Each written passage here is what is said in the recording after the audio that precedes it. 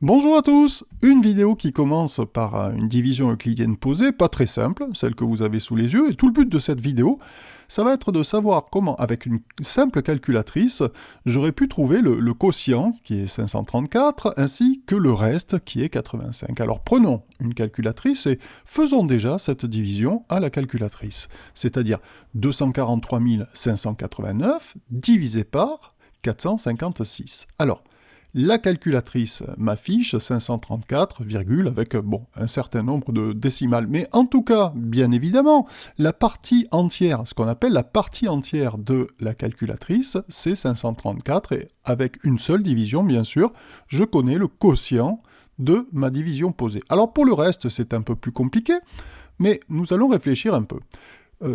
Ce qu'on obtient en multipliant 456 par 534, c'est le nombre que vous avez sous les yeux, c'est-à-dire 243 504. Eh bien ce nombre, si je veux aller à 243 589, c'est-à-dire le dividende de ma division, eh bien ce qui manque pour arriver au dividende, c'est justement ce que je cherche, c'est justement 85.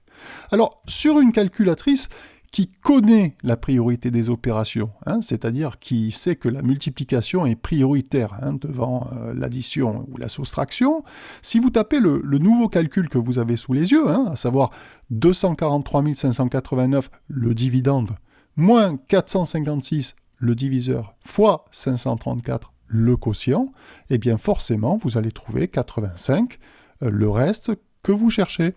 Alors, ma calculatrice n'est pas une calculatrice scientifique comme la vôtre, mais elle connaît aussi la priorité des opérations. Donc je vais taper ce calcul tel qu'il est écrit, regardez. Alors 243 589 moins 456 multiplié par 534. Et la calculatrice m'affiche le reste de 85.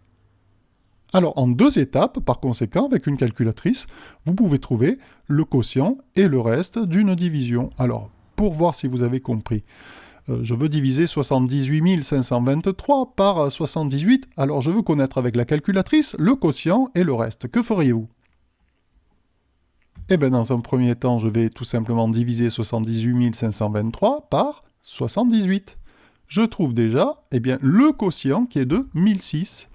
Alors, dans un deuxième temps, maintenant, que feriez-vous? Eh bien, le dividende 78 523 moins 78 fois 1006. Et vous obtenez le reste qui est 55.